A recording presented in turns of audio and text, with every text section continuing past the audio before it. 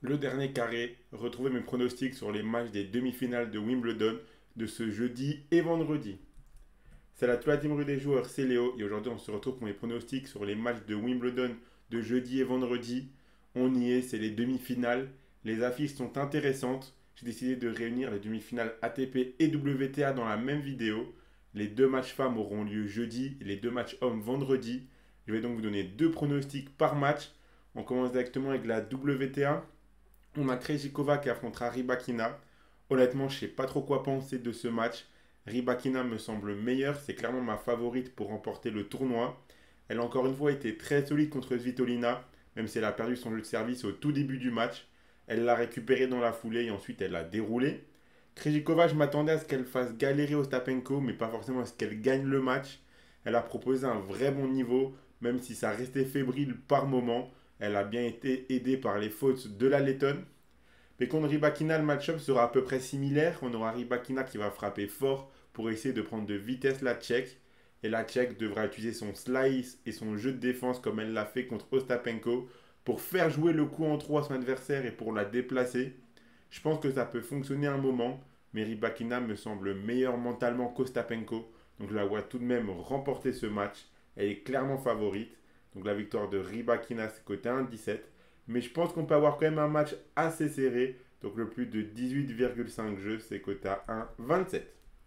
L'autre demi-finale opposera Vekic à Paolini. Ici, honnêtement, si je devais vous conseiller quelques paris, ce serait des overs. Vekic qui joue sa première demi-finale en Grand Chelem après avoir joué plusieurs matchs très longs. 4 matchs en 3-7 sur les 5 qu'elle a joués. Alors que Paolini déroule beaucoup plus. Elle a eu un match compliqué contre Keys où l'américaine s'est blessée. Mais contre Navarro, je la voyais avoir du mal et l'italienne, elle a déroulé. Après avoir perdu son jeu de service, après, elle a été impériale. Le physique pourrait être un facteur du côté de Vekic, mais je vois Paolini être fébrile un moment. Elle va quand même pas enchaîner les finales de Grand Chelem sans stresser. Vekic, elle frappe fort, elle sert bien, à l'image un petit peu d'une Madison Keys, donc ça peut poser problème à l'italienne. Mais Vekic peut également être fébrile vu l'enjeu et surtout pêcher physiquement. Je pars tout de même sur la croate, mais avec un over-jeu. L'over 7 est également intéressant, je pense. On n'est pas à l'abri d'avoir un match en 3-7. Mais la victoire de Vekic à 2,50 me semble intéressante. Et le plus de 18,5 jeux à 1,22 l'est également. Vous pouvez suivre mes pronostics et miser sur ces matchs avec l'opérateur Unibet qui vous offre 10 euros de free bet gratuitement lors de votre inscription avec le code RDJGold, en plus du bonus habituel de 100 euros. Je rappelle que les free bets sont des crédits de jeu non retirables que vous devez obligatoirement jouer. Et attention, les paris sportifs sont interdits aux mineurs, doivent rester un plaisir et un loisir, donc faites attention à ce que vous misez. Si on passe maintenant en demi-finale ATP qui auront lieu vendredi, on a Medvedev qui affrontera Alcaraz. Quel niveau proposé par Danil dans son quart de finale contre Sinner. Il a fait déjouer l'Italien qui a pêché physiquement au cinquième set. Medvedev a montré qu'il était capable de très bien jouer sur gazon et il se qualifie pour une deuxième année de suite en demi-finale. Sauf qu'il y retrouvera le même adversaire, Alcaraz, qui réalise un petit peu le même tournoi qu'à Roland Garros il y a un mois. On le sent un petit peu fébrile, surtout au début des matchs. Il a un petit peu de difficulté, mais quand il hausse son niveau de jeu, il est capable de prendre le dessus très vite. Il a eu un début de match compliqué contre Paul, mais une fois qu'il était mené 7-5, 2-0, il a haussé son niveau de jeu et il n'y avait plus match.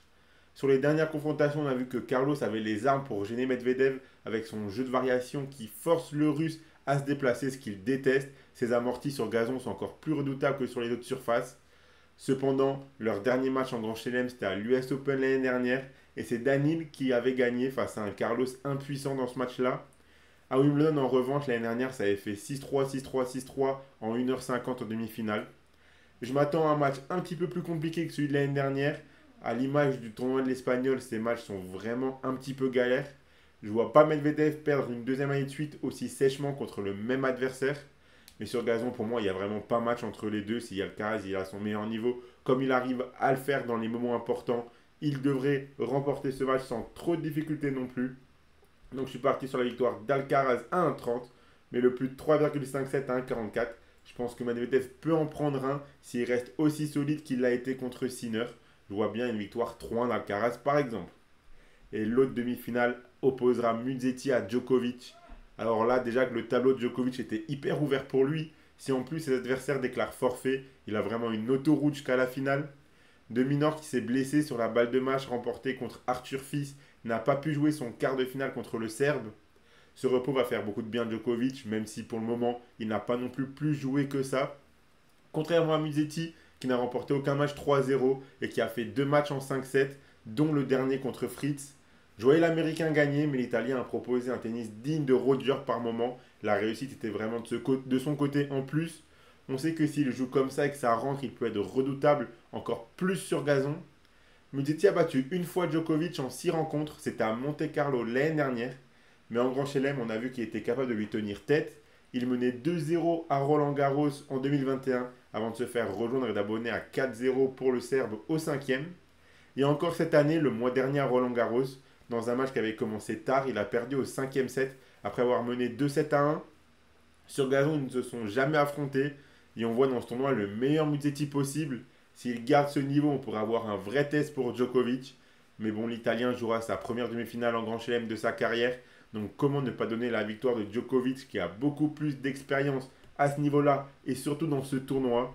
Donc je suis quand même parti sur la victoire de Djokovic côté à 1-12, mais c'est vraiment pas intéressant. Je vous le donne juste parce que comme pour chaque match, je vous donne mon pronostic vainqueur.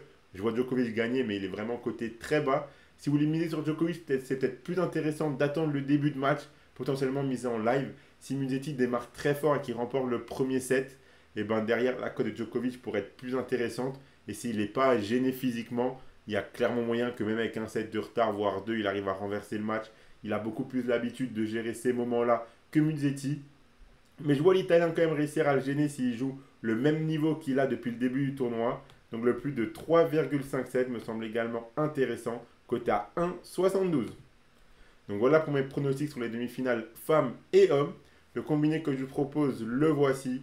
Donc si vous combinez les victoires de Rybakina, Alcaraz, Djokovic avec le plus de 18,5 jeux entre Vekic et Paolini, ça vous fait un combiné à 2,08 si vous misez vos 100 euros d'Unibet dessus. Si ça passe, vous emporterez 208 euros. Et je vous rappelle qu'avec le code RDJGold, lors de votre inscription, vous recevrez directement 10 euros de free bet sans même faire le moindre dépôt.